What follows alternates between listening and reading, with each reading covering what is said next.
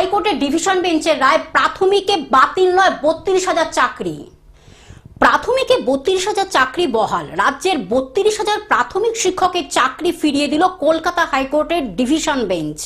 প্রাথমিক শিক্ষক নিয়োগ দুর্নীতির একটি মামলায় ২০১৬ সালের প্রক্রিয়ায় নিযুক্ত ৩২,০০০ শিক্ষকের চাকরি বাতিলের নির্দেশ দিয়েছিলেন হাইকোর্টের তৎকালীন বিচারপতি অভিজিৎ গঙ্গোপাধ্যায়।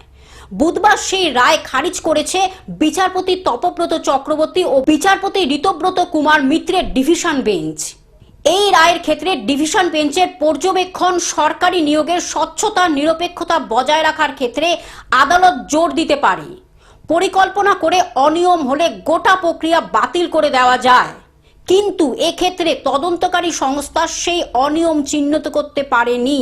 শুধু অপরাধের তদন্ত চলছে বলে পুরো নিয়োগ বাতিল করা যায় না। ৯ বছর পর চাকরি কেড়ে নিলে ওই শিক্ষকেরা সপরিবারে বিপদে পড়বেন। Bureau report, globe news. এখন থেকে গ্লোব টিভি দেখুন আপনার স্মার্টফোনেও। গুগল প্লে স্টোর অথবা অ্যাপল স্টোর থেকে ডাউনলোড করুন গ্লোব টিভি লাইভ অ্যাপ। এছাড়া জিও টিভি অ্যাপ থেকে দেখুন গ্লোব টিভি লাইভ।